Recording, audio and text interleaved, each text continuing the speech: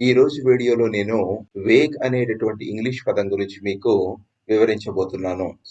Vague అనేది adjective లేదా విశేషణము. మనకు తెలుసు యాడ్జెక్టివ్ లేదా విశేషణం అంటే ఏమిటి? నౌన్ గాని లేదా ప్రొనౌన్ యొక్క గుణం గురించి తెలిపేదాన్ని యాడ్జెక్టివ్ లేదా విశేషణము అంటారు. వేగ్ అంటే అర్థం ఏంటి? వేగ్ అంటే అస్పష్టమైన అని అర్థం. ఏదైనా ఒకటి అస్పష్టంగా ఉన్నట్లయితే దాన్ని వేగ్ అంటాము. అంటే ఇది స్పష్టానికి ఇది వ్యతిరేకమైనటువంటి పదము. అంటే ఏదైనా స్పష్టంగా నిర్వచించబడని, స్పష్టంగా అర్థం కానటువంటిది, స్పష్టంగా కనపడనటువంటిది, స్పష్టంగా చెప్పనటువంటిది, స్పష్టంగా తెలుపునటువంటిది, ఇలాంటి అర్థంలో వేగ్ ని ఎక్కువగా ఉపయోగిస్తూ ఉంటారు. చాలా సార్లు మనకు స్పోకెన్ ఇంగ్లీష్ లో ఈ వేగ్ ను ఎక్కువగా ఉపయోగించడం మనం చూసాము. అంటే వేగ్ ఐడియా అంటాము.